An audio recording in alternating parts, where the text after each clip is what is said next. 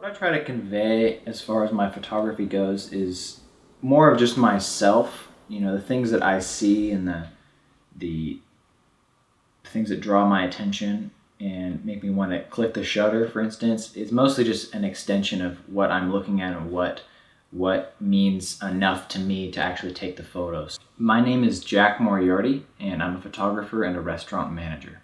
When you see these influencers or photographers on Instagram, whatever you want to call it, with large followings, their sole source of income and their sole day-to-day activities involve photography in some way. They're freelance photographers working with brands, doing weddings, doing senior portraits. Photography is it's their source of income.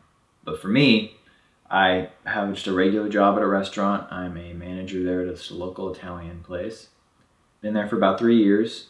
So in a sense, it's kind of like a double life. There are times when I felt, almost disingenuous because there are so many other photographers out there that, putting themselves out there and living, essentially paycheck to paycheck. But it's not a check, it's just client to client. I was introduced to photography through Instagram by a friend of mine named Joey, who kind of just introduced me to the app itself. It wasn't so much about photos as much as it was about networking. And from there, I shot with my camera, which was the iPhone 5, for a year and a half. And then I finally graduated into some more advanced equipment. But yeah, I've been doing photo for about 3 years. A few inspirations of mine as far as photography goes. One certainly is Ansel Adams. A major theme in his work is Yosemite National Park, as well as a few other national parks and landscapes overall. I incorporate a lot of that in my own work.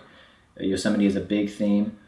As far as other inspirations go, Dan Tom, Kevin Russ are some more contemporary photographers that I really am inspired by. Some great film directors such as Martin Scorsese, David Lean, Quentin Tarantino, and David Fincher are some great inspirations for me as well. And there's no shortage of inspiration. There's too many to name, to be honest, but those are a few that come to the top of my head. So a few brands that I've been affiliated with are Urban Outfitters. I've been published by them. Been published by P&Co in Europe, which is a clothing company. I've been affiliated with a few magazines as well. I've been featured in Folk Magazine. Been featured in Izzy and Sky, as well as Format Magazine and a few others. And been approached and affiliated with Armani Exchange as well.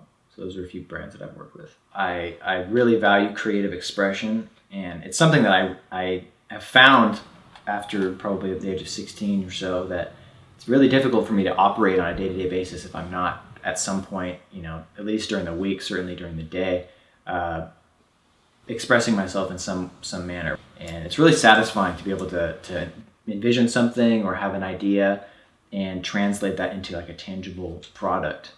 And so that's pretty much what drives me, is my own creative angst. There is that double life aspect where you're just like, on one hand, you're a photographer that's got a large following on Instagram and social media and got a lot of friends that are doing the freelance thing, but you're also just holding this regular job and 5 days a week and then going to school. And it's definitely interesting. It's an interesting dynamic, but I enjoy it, and I don't shy away from it. The future for me holds taking risks and saving money. Now, I think those two don't really go hand in hand for some people, but that seems like the most broad thing that I can work towards when there's not really an idea of something that I want to achieve in the near future. Something somebody once said to me was, don't take care, take risks, when they were leaving. I hold that very close, and I feel like risks are going to be what makes or breaks me creatively.